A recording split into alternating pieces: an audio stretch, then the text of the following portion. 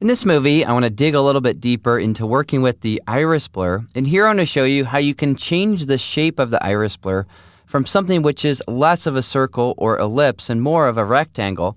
And I also want to talk about the blur effects panel. Now, in order to work with the filter, let's go ahead and convert our background layer to a smart object layer. To do that, right-click or control-click and choose Convert to Smart Object. Then, after having done that, navigate to the Filter pull-down menu. Here, choose Blur. And let's go straight to Iris Blur. Iris Blur allows us to select an area of our image. And here I'm going to zoom out just a little bit on the photograph so that we can see this shape. Currently, this shape is protecting this area here. If we click and drag to increase the overall blur, we'll be able to see that a bit better. Well, let's say that we want to change the shape so that the area of focus really is a bit more of a rectangle, which focuses in on these chairs, which are next to the pool. Well, let me zoom back in on the photograph. And then press the spacebar key and click and drag and reposition this over to this area. Well, you can change the shape by hovering over this icon here. As you click and drag this out, you can make it more of a rectangle. Drag in and you can make this more of an ellipse. Here, I want this to be a rectangle, so I'll drag out. Next, we can change the overall size by positioning our cursor over the edge of this area or the selection area for the iris blur. Then we'll reposition this over here. Position our cursor near the edge once again so we can rotate it. And here again, you can see how we can start to click and drag this around so that we have a shape or a focus area which is a bit more like a rectangle. Currently, the blur is really over the top. We could bring this down to perhaps create a little bit more of a realistic effect where we're focusing in on this part of the photograph. And again, here I simply wanted to highlight how we can make changes to the iris blur shape. Next, what I want to talk about is how we can modify our blur effects. So here, I'll go ahead and increase this a little bit more and increase the blur amount in order to demonstrate how we can use the blur effects panel below. Well, here you can see we have 3 different controls. What these allow us to do is to try to add a bit more bokeh to the image. Now, what bokeh is when the area is out of focus, sometimes there'll be these interesting sort of patterns or shapes in those areas. Now, if you turn on high quality, that will allow you to render or create better bokeh in the background of your image.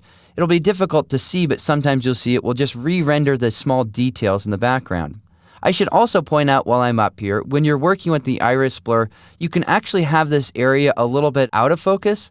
As I decrease this, you're going to see that this area is now more out of focus. Crank this up to 100%. Now it has complete focus. In my own workflow, I haven't found a use for blurring this out in this area that I've selected, so typically I just leave that at 100%. All right, well, back to our blur effects slider. Bokeh. Well, what this allows us to do is to brighten up those areas. Take a look at the fireplace or the brighter areas in this image. In this case, you can see it's brightening them up. Next, we can control the color. As I drag this to the right, you're going to see that there are more colors here in these areas. Obviously, I'm exaggerating, and this is a perfect image to work with because the exaggerated results help you understand how the sliders work. Next, we have the light range. Do we want to apply these bokeh effects just to the brighter tones, or click and drag the black icon, do we want to apply these to more of the tones that we have in our image? Now, obviously, this has made the image look horrible, but it's also highlighting how you can start to limit the light range so that you can apply this effect to really particular areas of your photograph. Now, with this image, let's go ahead and bring the bokeh and also the color all the way back down.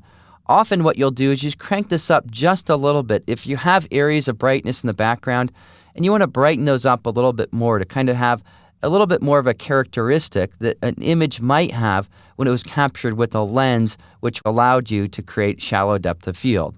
With this image, I don't think we need it very much, yet nonetheless, we started to see how we can use these various sliders. All right, well, in order to finish this project off, I'm actually going to change the shape of this a little bit back to an ellipse here. I'm going to click and drag this around because I want the focus to be on these chairs and also on this area of the image. I think that's pretty cool. Then we'll go ahead and reduce the blur effect so it's not quite so strong. Press the H key in order to hide the blur overlay. Click on your preview checkbox to see your before and then after. And then, of course, when you're ready to apply that blur effect, simply click OK in order to exit and apply this effect to your photograph.